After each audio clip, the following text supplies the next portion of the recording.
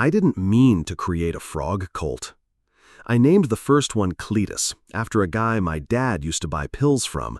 It felt right, greasy name, like something that would survive the apocalypse by crawling into the crawl space and licking the mold off the copper pipes. Cletus stared at me through the glass like he knew I was broken, like he approved. Dumpy tree frog, Litoria caerulea if you're trying to impress a vet tech. People call them dumpy like that's an insult, like their weight's a problem. These frogs don't give a shit. They sag and spread and cling to your window like a melted scoop of pistachio ice cream with eyes. You ever see something that ugly and just feel better? Cuban tree frogs are already here. They came first. They get into your toilets and eat the local ones and probably your happiness too. Nobody invited them, but they're winning. I thought, if Florida's going to be swallowed whole, maybe it should be by something with a face like Cletus. I didn't plan to breed them. One day I had a frog. A week later I had 2, then 20. Then the bathroom sounded like an alien sex swamp. If the neighbors heard the noises, they never knocked. Florida people know when to look away. I was one croak away from an eviction. The tadpoles lived in takeout containers. The feeders took over the cereal shelf. One morning I woke up with a frog on my eyelid, like a warning label that grew legs. That's when I realized I wasn't collecting them. They were multiplying through me, like I was just the host. Florida's already invasive. Hell, even the weather's invasive. The snowbirds are invasive. Half the plants are colonial holdovers.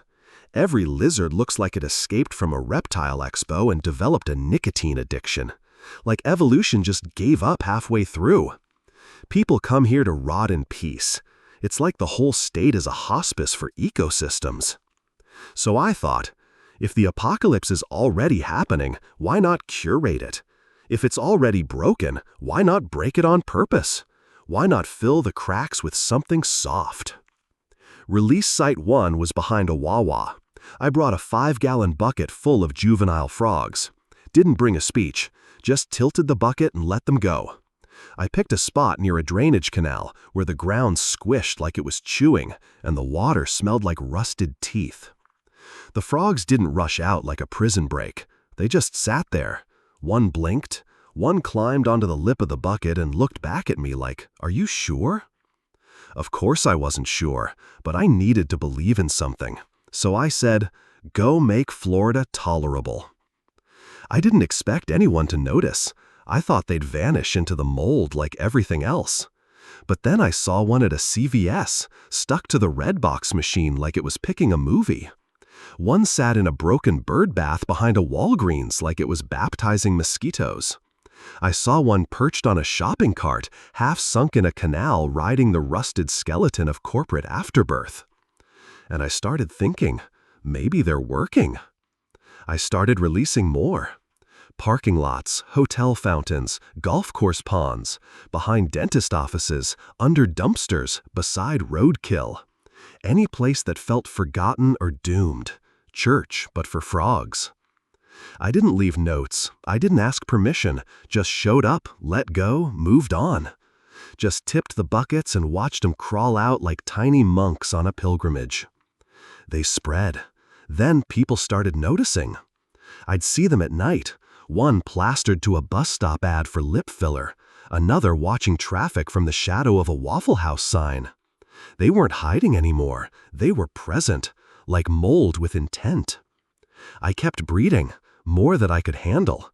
Egg clutches stacking up in the fridge next to old yogurt and nicotine patches. Feeder insects escaping into the vents. Tadpoles living in a mason jar on the toilet tank. The bathroom floor squished. I stopped fighting it. I stopped going to work. Didn't have time. Didn't care. They needed me. I told myself this was fine, necessary, holy even. But something shifted. The new batch, they weren't like the old ones. One frog with too many toes. Another with a second sealed mouth under its chin. One blinked sideways and then didn't stop blinking, like it was trying to remember something it hadn't lived. One croaked, and I swear the window shook. The water smelled different, thicker, like mildew and static electricity. I checked the pH, the ammonia, normal, but something was off. I started wearing gloves, but my skin still itched. I started waking up congested, coughing out something translucent and green. I blamed it on the mold, but it wasn't mold. Mold doesn't hum. I wore gloves, then I wore a mask, then I stopped caring.